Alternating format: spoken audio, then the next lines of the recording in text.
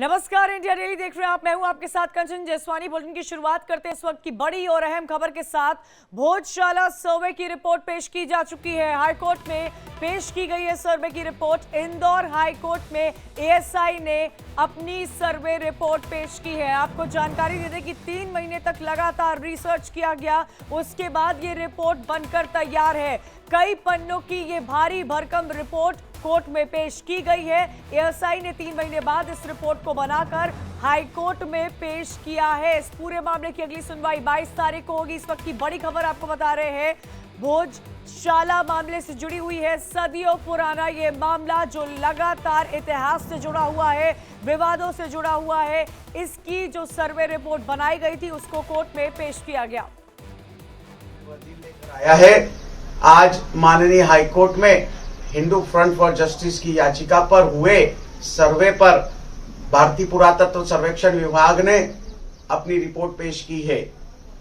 धार के हिंदू समाज ने, जिले के हिंदू समाज ने भोजशाला की मुक्ति और उसके गौरव की पुनर्स्थापना के लिए महाराजा भोज स्मृति वसंतोत्सव समिति के बैनर से कड़ा संघर्ष किया है।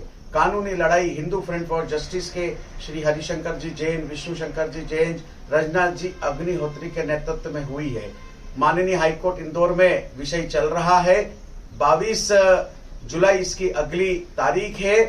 मई 2022 में जो यह याचिका लगी थी, जिस पर 11 मार्च 2024 को माननीय हाईकोर्ट ने वैज्ञानिक सर्वेक्षण का आदेश दिया। 22 मार्च से धार भोजशाला में एएसआई द्वारा वैज्ञानिक सर्वेक्षण चालू हुआ, उत्खनन का काम हुआ, साथ ही जीपीएच जीपीआर हुआ। 98 डेज तक यह पूरा कंटिन्यू सर्वे बिना किसी छुट्टी के चलता रहा। जो कोर्ट ने वैज्ञानिक पद्धति से, रीति नीति से, वीडियोग्राफी, फोटोग्राफी और सभी प्रकार से 50 मीटर की परिधि में आदेश दिया था, उसके आधार पर आज यह रिपोर्ट माननीय हाईकोर्ट में पेश की गई है। यह रिपोर्ट 2000 से अधिक पेज की है और जिसके कॉपी हमारे वकील साहब को भी मिली है। मीडिया में जानकारी देने के लिए माननीय वकील साहब ने, माननीय जज साहब ने रिपोर्ट की मीडिया के अंदर जानकारी सार्वजनिक नहीं हो, इस बात के लिए हमें आदेशित किया है। किंतु हमें पूरा विश्वास है कि जिन तथ्यों के आधार पर जो भोजशाला दिखती है, जो भोजशाला देखी जा सकती है, स्तंभ स्तंभ, पाषाण पाषाण, और हमारा ये शुरू से दावा रहा है कि यह राजा भोज द्वारा सन 1034 में निर्मित मां सरस्वती मंदिर है, भोजशाला है, परमार कालीन यह स्मारक होगा। तो हमें पूरी उम्मीद है कि जिन मांगों को लेकर हम माननीय हाईकोर्ट में गए हैं। मेहरुद्दीन रंगरेज हमारे साथ एआईएमआईएम के प्रवक्ता और आशीष सिन्हा हमारे लीगल एडिटर हमारे साथ जुड़े हुए हैं। पहले मैं आशीष का रुख कर लेती हूं और जल्दी से अपडेट ले लेती हूं। आशीष, देखिए, भोजशाला मामले पर एएसआई की रिपोर्ट तैयार हो गई है, वो रिपोर्ट कोर्ट में भी पेश की जा चुकी है। इस खबर पर क्या लेटेस्ट अपडेट है? देखिए, कोर्ट में रिपोर्ट दाखिल कर दी गई है और सबसे अहम बात है कि उस रिपोर्ट की जानकारी इंडिया डेली लाइव के पास है कि उस रिपोर्ट में क्या कुछ कहा गया है। 5 अहम बातें बता देता हूं क्योंकि रिपोर्ट बहुत ज्यादा विस्तृत है। 2000 पन्नों से ज्यादा की रिपोर्ट है। 10 वॉल्यूम में रिपोर्ट जो है वो अदालत में दाखिल की गई है। सबसे पहले सिक्कों का मैं जिक्र करना चाहूंगा क्योंकि किसी भी, जब पुरातात्विक अगर हम अवशेष की बात करें तो उसमें सबसे अहम हो जाते हैं सिक्के कि आखिर जो इमारत है वो किस सदी की है। जो सिक्के बरामद हुए हैं वो 4 तरह के बरामद हुए हैं, चांदी के, तांबे के, एल्युमिनियम के और स्टील के। ये बताया जा रहा है कि जो सिक्के हैं वो इंडो सेलेनियन जो युग था, यानी 10वीं और 11वीं सदी का उस समय के सिक्के हैं। उसके बाद दिल्ली सल्तनत, मालवा सुल्तान और उसके बाद मुगल सल्तनत के सिक्के जो हैं वो पाए गए हैं। और सबसे अहम बात यह है कि इंडो सासेलियन जो युग था, यानी 10वीं और 11वीं शताब्दी का, जो हिंदू पक्ष लगातार ये कहता आ रहा है कि ये परमार राजा धार में अपनी राजधानी जब मालवा में रहते थे तो उस समय ये सिक्के उन्होंने चलवाए थे। चूंकि हिंदू पक्ष का यह दावा था कि राजा भोज ने इसे बनवाया है, तो ये एएसआई की जो रिपोर्ट है वो उसी ओर इंगित करती है। दूसरी सबसे अहम बात कि जो कुल 94 जो मूर्तियां हैं वो पाई गई हैं, इसमें मूर्तिकला के चित्रण पाए गए हैं और ये बताया गया है इसमें जो एएसआई की रिपोर्ट है कि ये जो मूर्तियां हैं वो नरसिंह की हैं, भैरव की हैं, देवी देवताओं की हैं और उसमें पशु आकृति है जिसमें शेर है, हाथी है, कुत्ता है, बंदर है, सांप है, कछुआ है और पंछी है। जैसा कि हम सभी जानते हैं कि इस्लाम में इन सारी चीजों को मस्जिद में नहीं उकेरा जाता। तो एएसआई की जो रिपोर्ट है वो इस बात की ओर इशारा करती है कि पहले ये एक हिंदू मंदिर रहा होगा। तीसरी सबसे अहम बात एएसआई की रिपोर्ट में इस बात का जिक्र किया गया है कि कई पुराने जो सांस्कृतिक जो श्लोक है संस्कृत में लिखे हुए वो वहां पर मिले हैं। 3 तरह की चीजें वहां पर मिली हैं। अगर हम श्लोक की बात करें तो एक संस्कृति में, एक फारसी में और इसके अलावा एक दूसरी लैंग्वेज में मिली है। लेकिन संस्कृत का जो है वो सबसे ज्यादा पुराना है। अरबी और फारसी में आए तो ये बाद में आए हैं, लेकिन संस्कृत सबसे ज्यादा पुराना है। चौथी सबसे अहम बात कि जो खंबे मिले हैं वो खंबे इस बात की ओर इशारा करते हैं कि ये खंबे जो थे ये किसी मंदिर के हो सकते हैं, क्योंकि वहां पर आकृतियां उकेरी गई हैं। वहां पर विग्रह की आकृति है, वहां पर इसके अलावा जो जानवर हैं उनकी आकृति है। उन्हें नष्ट करने की कोशिश की गई है, उन्हें हटाने की कोशिश की गई है, लेकिन वो साफ नजर आता है कि ये सारी चीजें जो हैं वो पुरानी हैं। तो जो एएसआई की जो रिपोर्ट आई उसके बाद जो हिंदू पक्ष का दावा है वो कहीं ज्यादा मजबूत हो गया है। हिंदू पक्ष के वकील विष्णु शंकर जैन ने ये कहा है।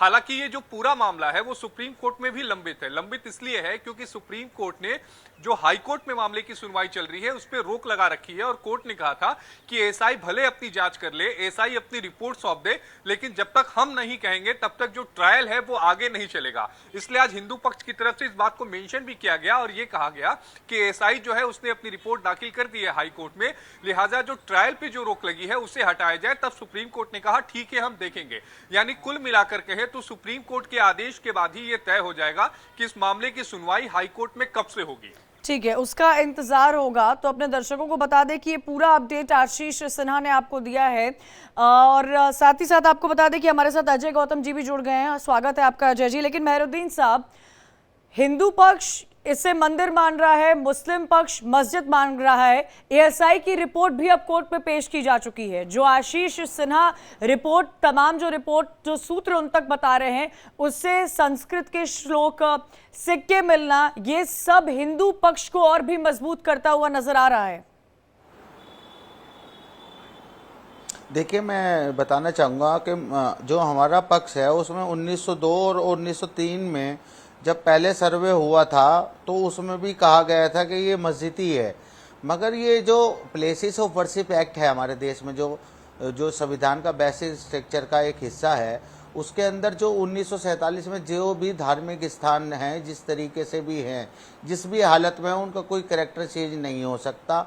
मगर यही मुद्दों पर राजनीति भाजपा करती है और विष्णु शंकर जैन साहब जो हैं वो कभी उन मंदिरों की बात नहीं करते जो बौद्ध धर्म के मंदिर तोड़ दिए गए और उन्हें मंदिर में कन्वर्ट कर दिया गया, और बहुत सारे जैन मंदिर तोड़कर उन्हें भी हिंदू मंदिर में कन्वर्ट करा गया।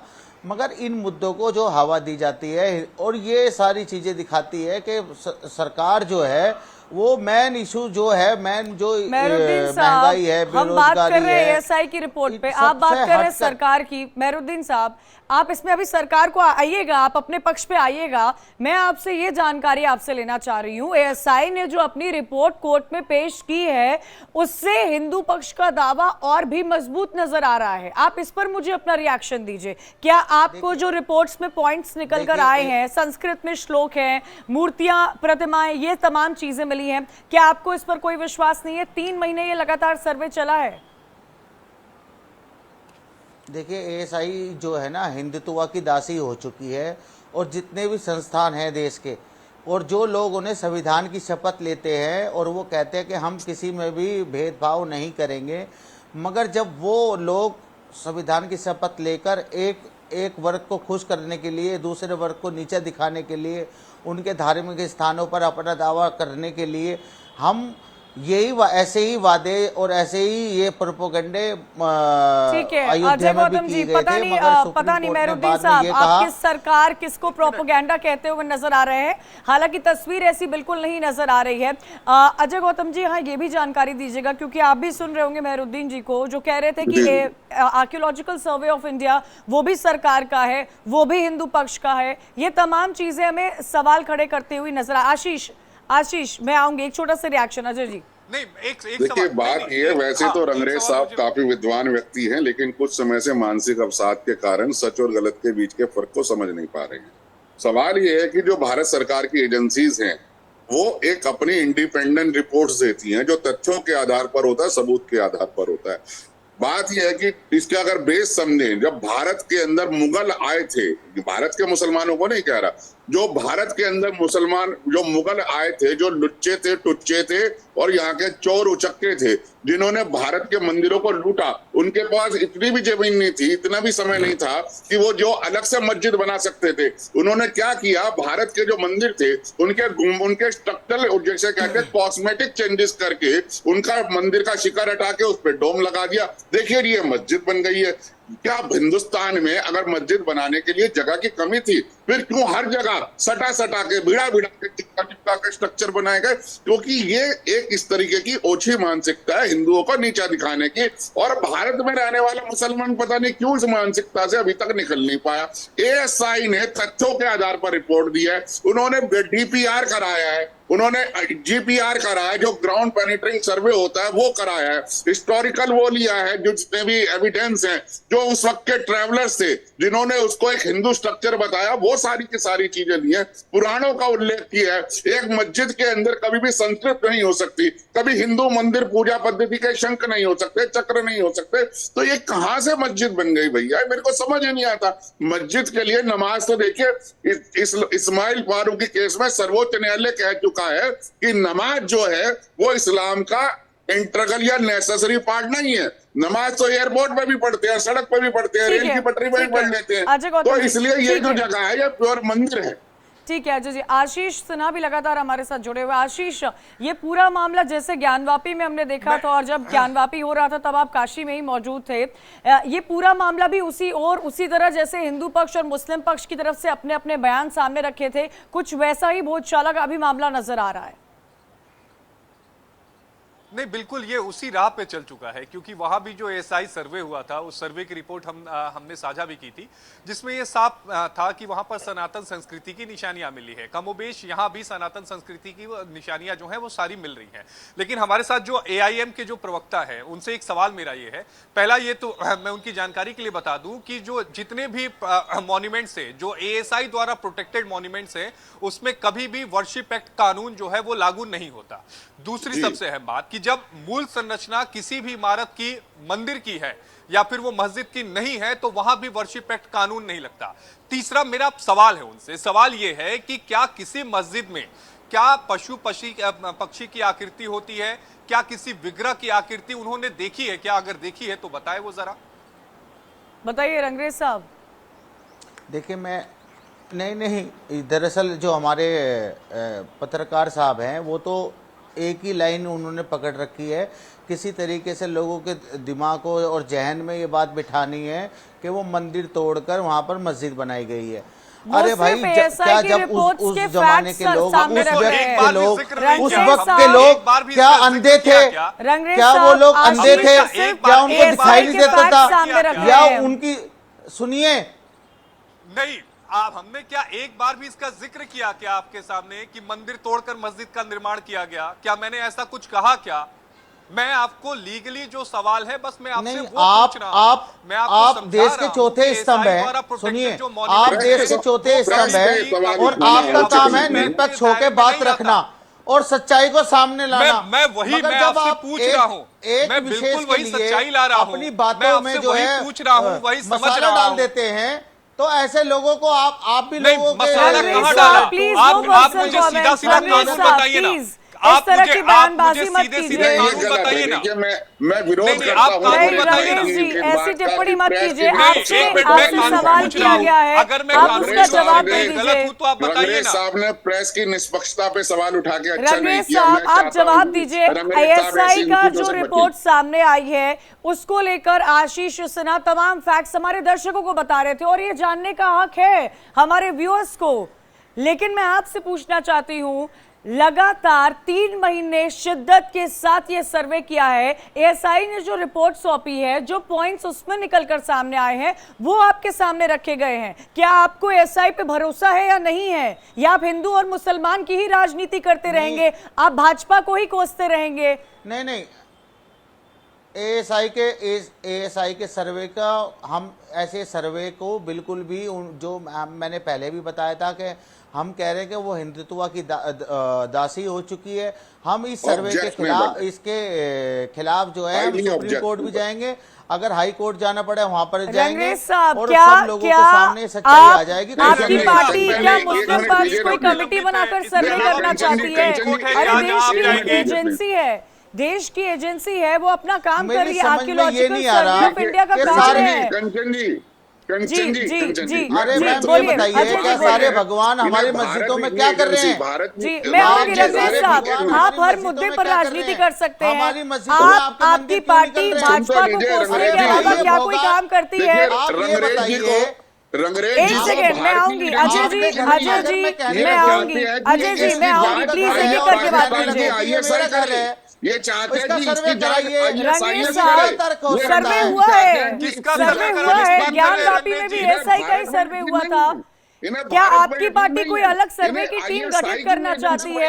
आप कैसी बातें कर रहे हैं? हिंदू मुसलमान क्यों कर रहे हैं? भाजपा कहां से आ रही है? आप एएसआई की रिपोर्ट पे बात कीजिए।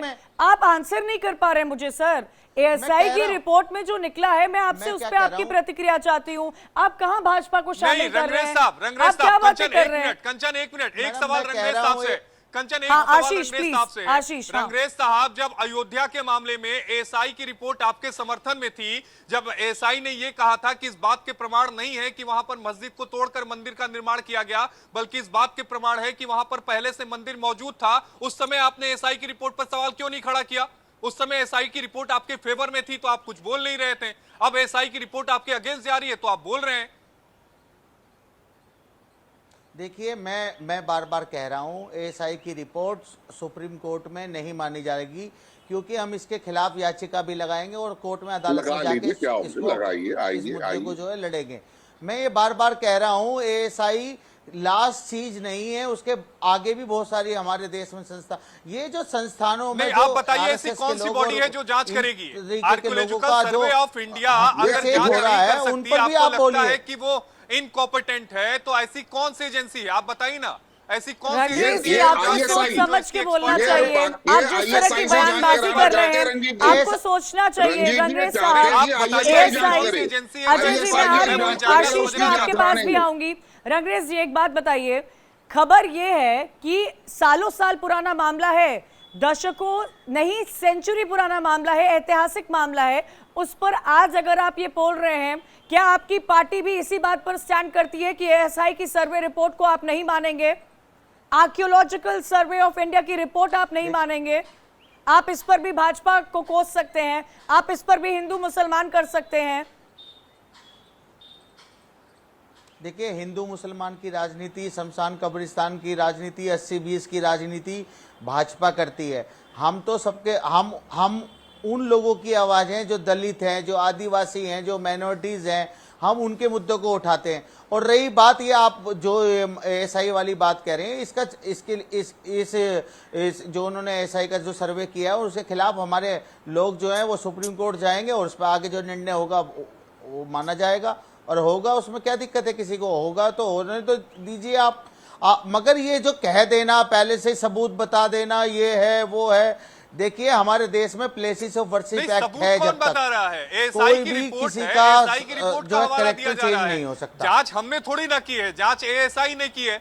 सवाल आप एएसआई से पूछिए, आप हाईकोर्ट जाइए। मैं कह रहा हूँ वो हिंदुत्व की दासी है, किसी ने मना थोड़ी ना किया है। अरे सारे संस्थानों में जो है आप जाइए, आप कहिए कि एएसआई से नहीं कराना, वो संविधान के अनुसार काम नहीं कर रहे। ये बताइए ना कि फिर किस एजेंसी से कराएंगे? क्या आपको हिंदुओं से कोई प्रॉब्लम है? आप लगातार ये बोल रहे हैं कि वो हिंदुओं की दासी है, आप एक एजेंसी के लिए इतना बड़ा स्टेटमेंट दे रहे हैं, क्या आपको हिंदुओं से कोई तकलीफ है, कोई दिक्कत है आपको? क्या देश की सबसे बड़ी एजेंसी है आर्कियोलॉजिकल सर्वे ऑफ इंडिया, आप कैसी बयानबाजी कर रहे हैं सर? वो नहीं करेगी तो कौन करेगा? हमारे सब भाई हैं। तो आप कैसी बातें कर रहे हैं? किसी एजेंसी को आप हिंदुओं का दासी किस किस तरह बोल सकते हैं? ये क्या स्टेटमेंट है आपके? कंचन जी, अरे मैडम, कंचन जी, उनका बात काम समझ करना अजय है। गौतम जी, उनकी ठीक है, मैं आऊंगी credibility रंगरेज खत्म हो साहब, चुकी है, प्लीज। मैम। आप इस पूरे डिबेट को उनकी हिंदू मुस्लिम कर credibility रहे हैं। खत्म हो चुकी है। एएसआई के रिपोर्ट में जो कुछ निकल कर आया उस पर आप एक टिप्पणी नहीं कर पा रहे हैं। संस्कृत श्लोकों को आप नहीं मान रहे हैं, हमारे भगवान की मूर्तियों को आप नहीं मान रहे हैं। क्या आपसे इस बारे में बात की जाए? सारी चीजों पे कंचन आप जी। बोल रहे हैं। बिल्कुल अजय गौतम जी, देखिए कई चीजें इस सर्वे में निकली है जिसका जिक्र लगातार आशीष कर रहे हैं।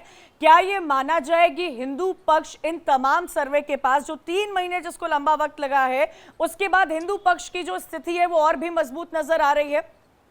देखिए, बिल्कुल हिंदू पक्ष की स्थिति पहले से ही मजबूत थी। यही कारण है कि हिंदू पक्ष ने लगातार इस दावे को बहुत मजबूती से उठाया और जितने भी साइंटिफिक एविडेंस हैं, देखिए अब इन्हें सब पता नहीं कि समझ में पाएंगे या नहीं, जितनी भी साइंटिफिक एविडेंस हैं उस पर ही कोर्ट रिलाई करती है। कोर्ट हमेशा एजेंसीज पर रिलाई करती है, पर्सन पर रिलाई नहीं करती है। अगर रंगरेज साहब, देखिए रंगरेज साहब कहते हैं कि एएसआई पे इन्हें भरोसा नहीं है, क्योंकि इनका भरोसा एएसआई पे ना होके आईएसआई पर है। इनका भरोसा आईएसआईएस पर है। ये उसकी रिपोर्ट मानेंगे, ये भारतीय संविधान को नहीं मानेंगे। भारतीय संविधान के अंतर्गत जो एजेंसीज है उसकी नहीं मानेंगे।